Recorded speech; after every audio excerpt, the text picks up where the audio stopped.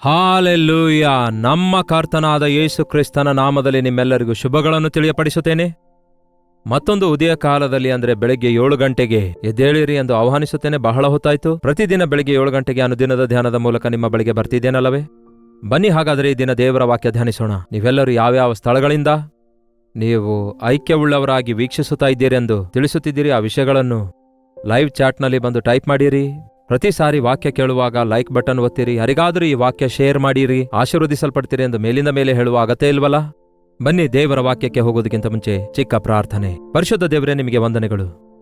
ಪ್ರತಿದಿನ ನಿಮ್ಮ ಸನ್ನಿಧಿಯಲ್ಲಿ ಸೇರಿ ನಿಮ್ಮ ಯೋಚನೆಗಳನ್ನು ಅರಿತು ನಿಮ್ಮ ಚಿತ್ತವನ್ನು ಗ್ರಹಿಸಿ ನಿಮಗೋಸ್ಕರ ಜೀವಿಸಲು ನಿಮ್ಮ ಕೃಪೆ ದಯಪಾಲಿಸಿರೆಂದು ಕ್ರಿಸ್ತನ ನಾಮದಲ್ಲಿ ಬೇಡುತ್ತೇನೆ ತಂದೆಯೇ, ಆಮೇನ್. ಪ್ರತಿದಿನ ಬೆಳಗಾದ ಕೂಡಲೇ ಕೆಲವೊಂದು ಡಿಸಿಷನ್ಸ್ ನಾವು ತೆಗೆದುಕೊಳ್ಳಬೇಕಾಗುತ್ತೆ ಅಲ್ಲವೇ? ಹೌದಲ್ಲವೋ? ಬಹಳಷ್ಟು ಜನರಿಗೆ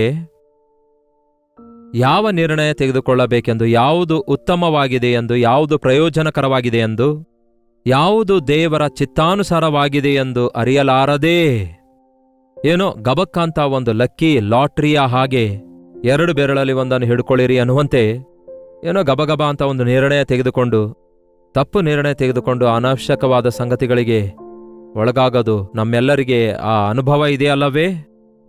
ಆದರೆ ನಾವು ದೇವರ ಮಕ್ಕಳಾದ ನಂತರ ನಮ್ಮೆಲ್ಲರ ಸಂಗಡ ದೇವರ ಸಹಾಯ, ಆತನ ನಡೆಸುವಿಕೆ ಇರುವುದರಿಂದ ಪ್ರತಿ ದಿನ ಬೆಳಗಾದ ನಂತರ ಈ ದಿನ ನಾನು without knowing we will make many decisions, isn't it? ನಮಗೆ ಗೊತ್ತಾಗದಂತೆಯೇ ಎಷ್ಟೋ ನಿರ್ಣಯ ನಾವು ತೆಗೆದುಕೊಳ್ಳುತ್ತಲೇ ಇರ್ತೇವೆ. ಒಂದು ವಸ್ತು ಕೊಂಡುಕೊಳ್ಳುವ ವಿಷಯದಲ್ಲಿ, ಒಂದು ಪ್ರಯಾಣ ಮಾಡುವ ವಿಷಯದಲ್ಲಿ, ನಾವು ಮಾತಾಡುವ ಮಾತಿನ ವಿಷಯದಲ್ಲಿ, ಯಾವುದಾದರೂ ಒಂದನ್ನು ಫೈನಲೈಸ್ ಮಾಡುವ ವಿಷಯದಲ್ಲಿ ಬಹಳ ಸಾರಿ ನಮಗೆ ಆಪ್ಷನ್ಸ್ಗಳು ಇರ್ತವೆ. 2-3 ಕಾರ್ಯಗಳು ಮಾಡಬೇಕಾದಾಗ ಏನ್ ಮಾಡಬೇಕೆಂಬ ಆ ಆಪ್ಷನ್ಸ್ ಇರುತ್ತವೆ. ಸರಿಯಾದ ರೀತಿಯಲ್ಲಿ ಸಿದ್ಧಗೊಳ್ಳಲಾರದಂತೆ, ಗುರುತಿಸಲಾರದಂತೆ ನಾವು ನಿರ್ಣಯ ಮಾಡುವಾಗ ಅವಸರ ಪಡ್ತೇವೆ. ಅದಕ್ಕೆ ಈ ದಿನ ಬಹಳಷ್ಟು ಜನ ತಪ್ಪು ನಿರ್ಣಯ ತೆಗೆದುಕೊಳ್ಳುವುದರ ಮೂಲಕ, ಡಿಸಿಷನ್ಸ್ ತೆಗೆದುಕೊಳ್ಳುವುದರಿಂದ ಅದರ ಮುಕ್ತಾಯ ಬಹಳ ವಿಷಾದಕರವಾಗಿರುವಂಥದ್ದನ್ನು ನೋಡ್ತೇವೆ. ಅದಕ್ಕೆ ನಾವು ದೇವರ ಸಹಾಯ ಕೋರಿಕೊಳ್ಳುವುದು ಬಹಳ ಅವಶ್ಯಕವಾಗಿದೆ. ಕೆಲವು ಸಾರಿ ನಾವು ಮನುಷ್ಯರ ಸಹಾಯ ಕೇಳ್ತೇವೆ. ಗಂಡನ ಸಹಾಯ, ಹೆಂಡತಿಯ ಸಹಾಯ, ಮಕ್ಕಳ ಸಹಾಯ, ಇಲ್ಲವೇ ಮತ್ತೊಬ್ಬರ ಸಹಾಯ ಕೇಳ್ತಾರೆ. ಕೆಲವರು ಜ್ಯೋತಿಷರ ಸಹಾಯ ಕೇಳ್ತಾರೆ. ಹೌದಲ್ಲವೇ? ಕೆಲವೊಂದು ಜನ ಆ ಕಾಲಾನುಗುಣವಾಗಿ ಪ್ರವರ್ತಿಸಬೇಕಂದ್ಕೊಳ್ತಾರೆ. ಆದರೆ ನಮಗೆ ಸರಿಯಾದ ಸಲಹೆ ಕೊಡಬಲ್ಲಂತಹ, ನಮ್ಮ ವಿಷಯದಲ್ಲಿ ಒಂದು ದೊಡ್ಡ ಪ್ರಣಾಳಿಕೆ ಉಳ್ಳಂತಹ ಆ ದೇವರ ಚಿತ್ತ ಏನೆಂದು ಅರಿತುಕೊಳ್ಳುವುದನ್ನು ನಾವು ಗುರುತಿಸುತ್ತಾ ಇಲ್ಲ. ಅದಕ್ಕೆ ಬೆಳಗ್ಗೆ ಎದ್ದ ತಕ್ಷಣವೇ ಬೈಬಲನ್ನು ಓದಿ ಪ್ರಾರ್ಥನೆ ಮಾಡಿಕೊಂಡು ದೇವರ ಚಿತ್ತ ಅರಿತುಕೊಳ್ಳುವುದನ್ನು ಕಲಿಯಬೇಕು. ಕೀರ್ತನೆ 25ನೇ ಅಧ್ಯಾಯ 12ನೇ ವಚನ ಹೇಳುವುದೇನೆಂದರೆ, ಯಾವನು ಯೆಹೋವನಲ್ಲಿ ಭಯಭಕ್ತಿಯುಳ್ಳವನೋ, ಏನಂತೆ? ಯೆಹೋವನಲ್ಲಿ ಯಾವನು ಭಯಭಕ್ತಿಯುಳ್ಳವನು ಆಗಿದ್ದಾನೋ ಅವನಿಗೆ ಉಚಿತವಾದ ಮಾರ್ಗವನ್ನು ಆತನು ಬೋಧಿಸುವನು. ಎಲ್ಲರಿಗೂ ಅಲ್ಲ ಅಂತೆ.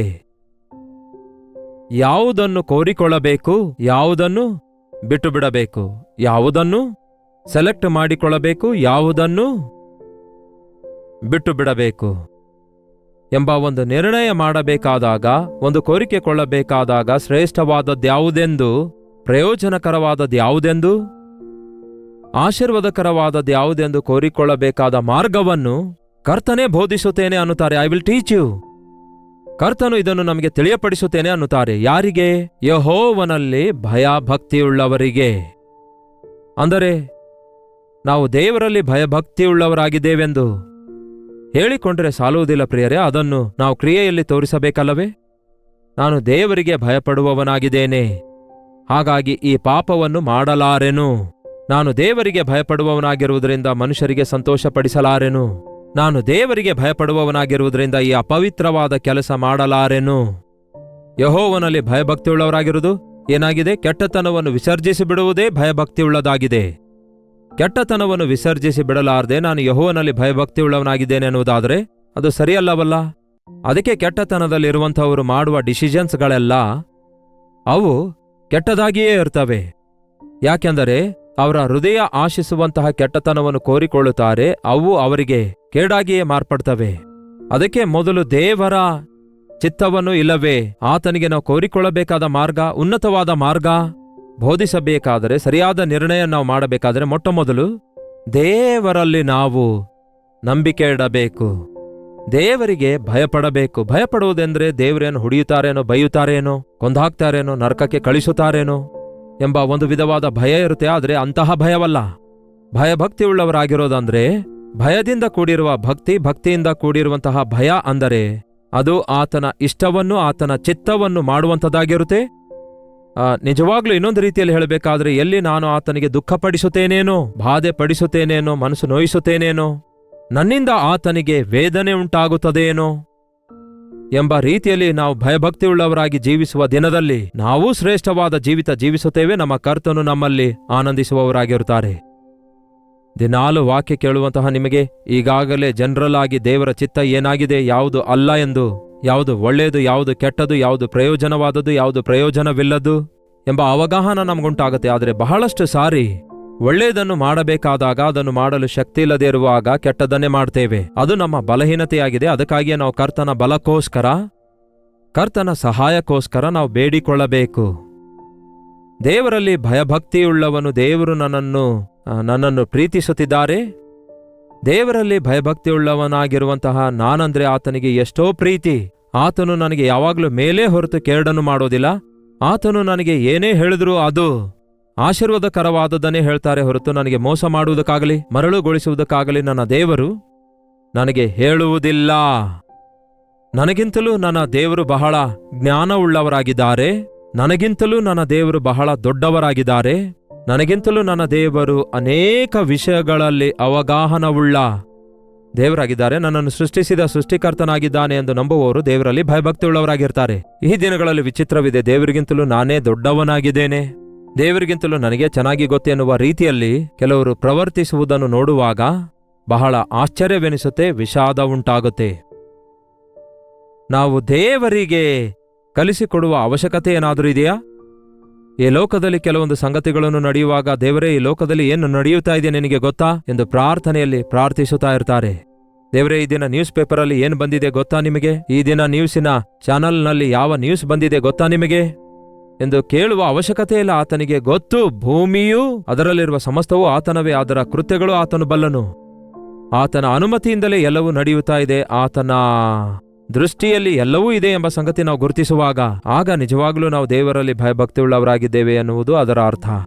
ದೇವರಲ್ಲಿ ಭಯಭಕ್ತಿಯುಳ್ಳವರಾಗಿರುವುದಾದರೆ ಪ್ರತಿ ದಿನ ನಾವು ಯಾವುದು ಕೋರಿಕೊಳ್ಳಬೇಕಾದ ಮಾರ್ಗವಾಗಿದೆಯೋ ಅದನ್ನು ದೇವರು ನಮಗೆ ಬೋಧಿಸ್ತಾರೆ, ತಿಳಿಯಪಡಿಸುತ್ತಾರೆ.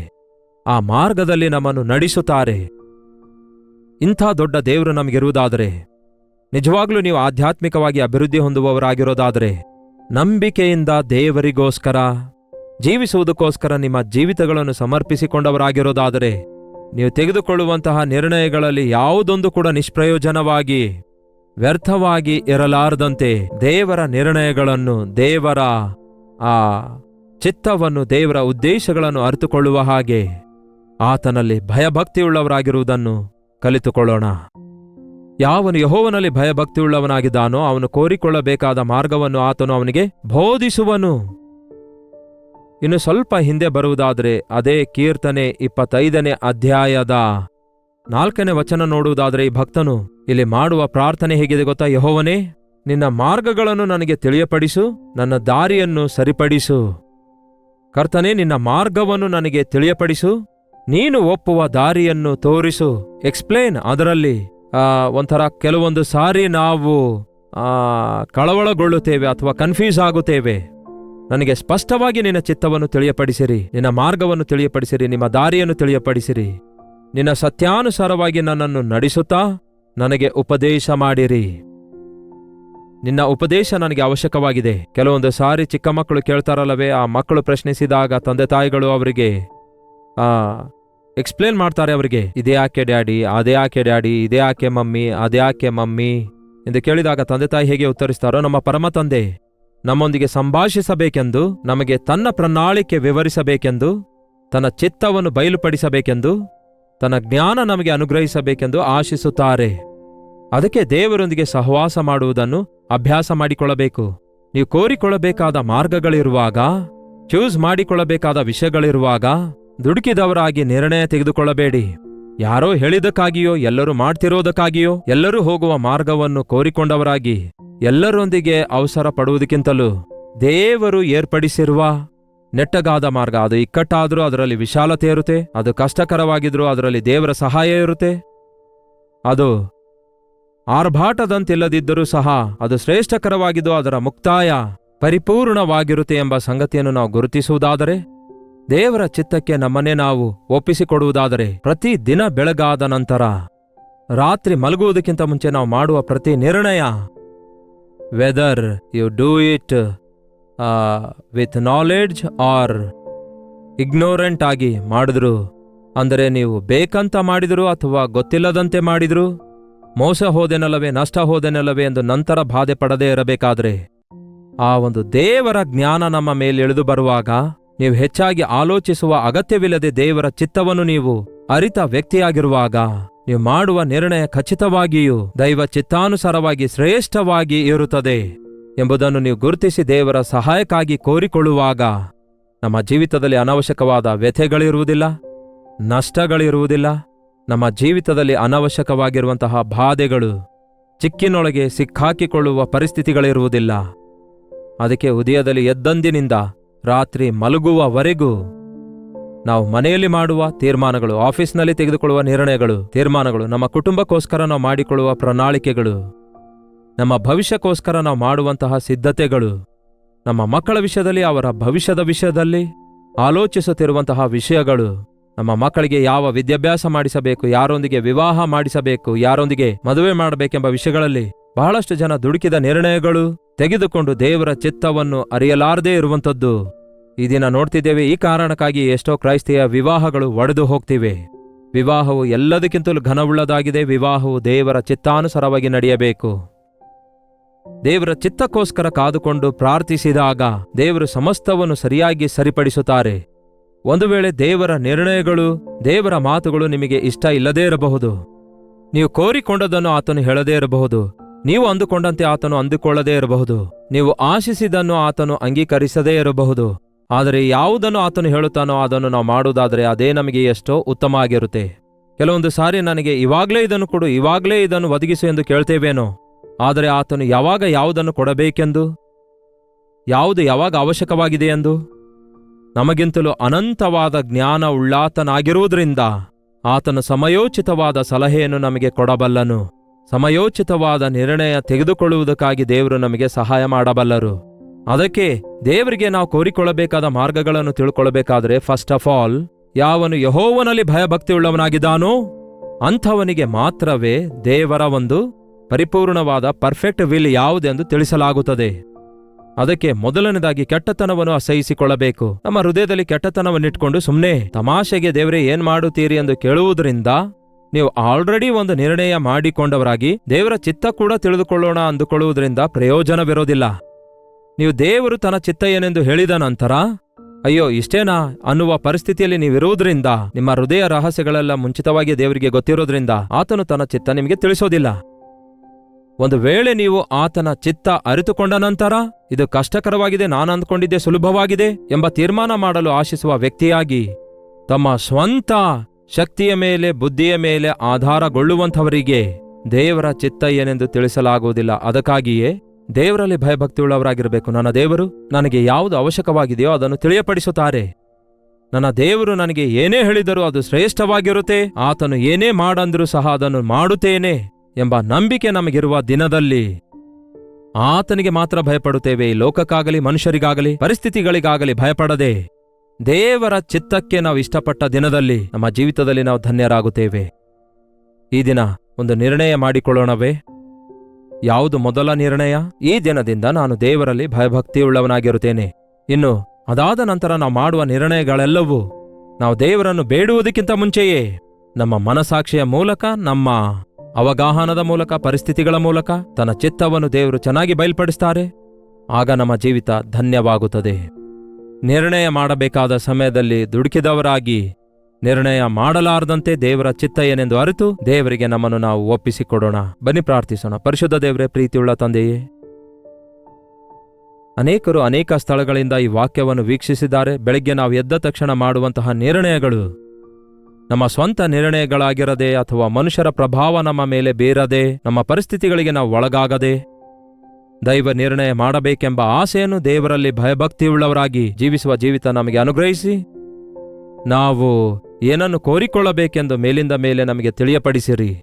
ಪರಿಶುದ್ಧಾತ್ಮ ದೇವರು ನಮ್ಮೊಂದಿಗಿದ್ದಾರೆ ಎಂಬ ನಂಬಿಕೆಯಿಂದ ಮುಂದೆ ಸಾಗಲು, ನಿಮ್ಮ ಚಿತ್ತ ಮಾಡಿ ಅಭಿವೃದ್ಧಿಯಾಗಲು ನಮ್ಮ ಪ್ರತಿಯೊಬ್ಬರಿಗೂ ಸಹಾಯ ಮಾಡಿರೆಂದು ಕ್ರಿಸ್ತನ ನಾಮದಲ್ಲಿ ಬೇಡುತ್ತೇನೆ ತಂದೆಯೇ, ಆಮೇನ್. ತಂದೆಯಾದ ದೇವರ ಪ್ರೀತಿಯು, ಮಗನಾಗಿರುವ ಕ್ರಿಸ್ತನ ಕೃಪೆಯು, ಆದರಣೆಕರ್ತನಾದ ಪವಿತ್ರಾತ್ಮನ ಸಹವಾಸವು ಕೂಡಿ ಬಂದಿರುವ ನಮ್ಮೆಲ್ಲರ ಸಂಗಡ ಇಂದಿಗೂ ಸದಾಕಾಲಕ್ಕೂ ನೆಲೆಯಾಗಿರಲಿ. ಆಮೇನ್. ದೇವರಿಗೆ ಸ್ತೋತ್ರ. ನಿಮ್ಮ ಪ್ರಾರ್ಥನಾ ಮನವಿ 8939731313 ನಂಬರಿಗೆ ಒಂದು ಟೆಕ್ಸ್ಟ್ ಇಲ್ಲವೇ ವಾಯ್ಸ್ ಮೆಸೇಜ್ ಮೂಲಕ ವಾಟ್ಸಪ್ ಮಾಡಿರಿ. ನಿಮಗೋಸ್ಕರ ಪ್ರಾರ್ಥಿಸುತ್ತಿದ್ದೇವೆ. ದೇವರು ಉತ್ತರಿಸುತ್ತಿದ್ದಾರೆ. ನೀವು ಕೂಡ ಪ್ರಾರ್ಥಿಸಿರಿ. ನೀವು ಇತರ ದೇಶದಿಂದಲೂ ಸಹ ವೀಕ್ಷಿಸುವುದಾದರೆ ಇದೇ ನಂಬರ್ಗೆ ನಿಮ್ಮ ಪ್ರಾರ್ಥನೆ ಮನವಿಗಳನ್ನು ಕಳಿಸಿಕೊಡಬಹುದು. ಕರ್ತನ ಚಿತ್ತವಿರುವುದಾದರೆ ಮತ್ತೆ ನಾಳೆ ಇದೇ ಅನುದಿನದ ಧ್ಯಾನದಲ್ಲಿ ಭೇಟಿಯಾಗೋಣ. ಅಲ್ಲಿವರೆಗೂ ದೇವರ ಮಹಾಕೃಪೆ ನಿಮ್ಮೆಲ್ಲರೊಂದಿಗಿರಲಿ.